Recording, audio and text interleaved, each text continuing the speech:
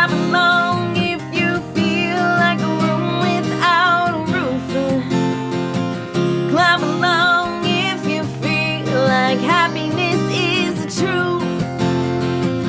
Clap along if you know what happiness is to you. Hey, clap along if you feel like that's what you want to do.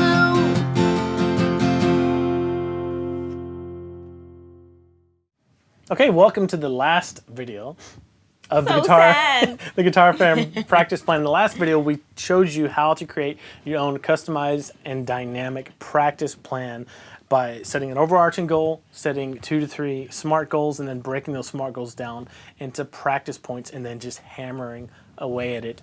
And every time you do that and you reach new goals, called the Guitar Success Cycle, and that's what you want to be aiming for. So what happens when you lose motivation, though? When it happens to all of us. So in this video, we're going to give you 8 tips on how to stay motivated as you reach your guitar goals.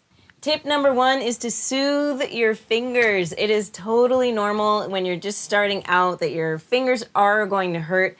You can help that by first making sure your guitar is set up correctly, because the action, if it's too high, will be just unnecessarily painful and difficult.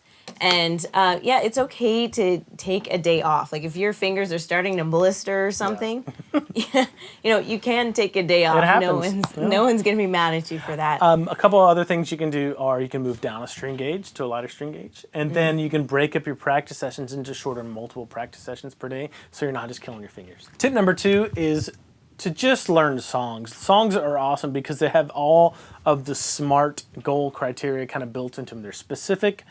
You can set a deadline for them. They're measurable. When you can play the song, you'll have succeeded at it. So it's always important to have a running list of songs that you're working on, and there's the place in the Guitar Fan Practice Plan ebook where you have that list, that blank list that you need to be filling in the songs that you want to learn in the future. Yeah, and you can make a playlist on your phone so that when you hear the song, you can get excited and be like, oh yeah, I really want to learn that. Right.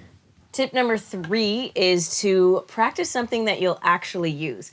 I am of the camp that if I don't use something, I'm not going to be motivated to practice it. So I actually have to create opportunities for me to use it. So if I'm learning a new chord, I've done this before, where I was learning new jazz chords, and I knew that if I didn't have a song, if I didn't write a song that used those chords, then I would just forget them. So I wrote a song called Beautiful Mess of a Girl using those jazz chords in order to actually use it.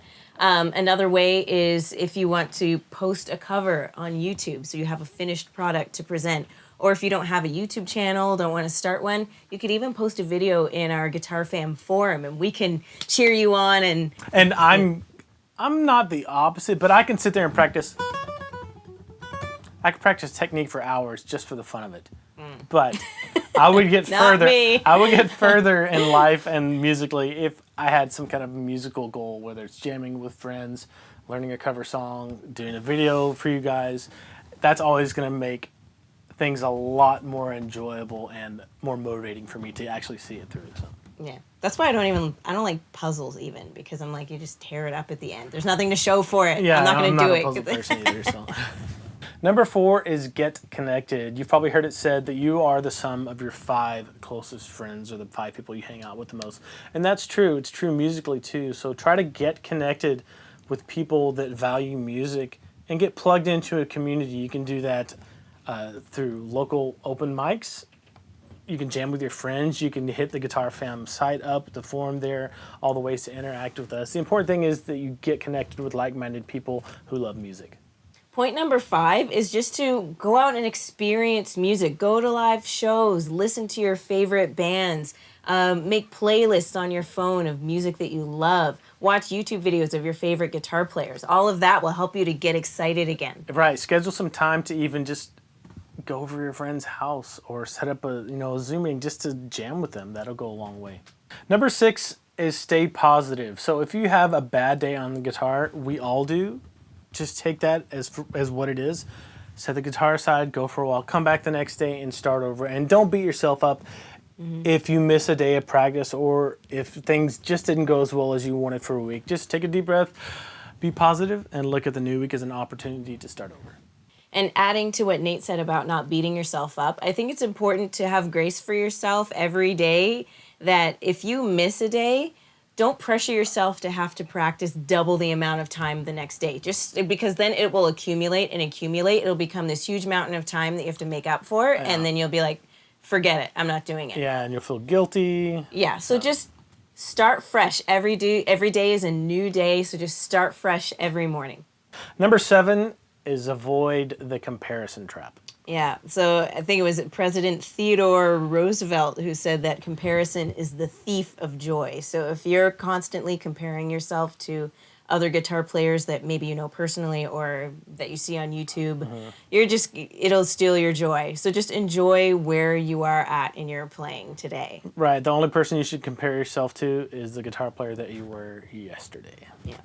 Number 8 is have patience. Nobody gets there overnight. It takes us all time to get better. So what you want to look for is progress, not perfection.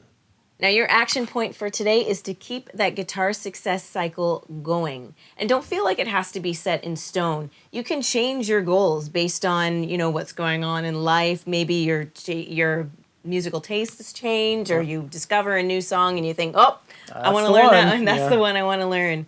Or your strengths and weaknesses that you discover throughout your practice time. You can reevaluate and make changes as you go. Thanks for going through this course with us. I hope it's helped you. Get in there, really dig into your goals, and keep us posted on how it goes for you. And if you come up against any snags or things where you're just kind of plateauing, you can always go to guitarfam.com and book a private one-on-one lesson with me. The first one is complimentary, so go there, do it, don't be shy, and I'll be looking forward to meeting you. Keep us posted on how things are going for you, and we'll see you soon.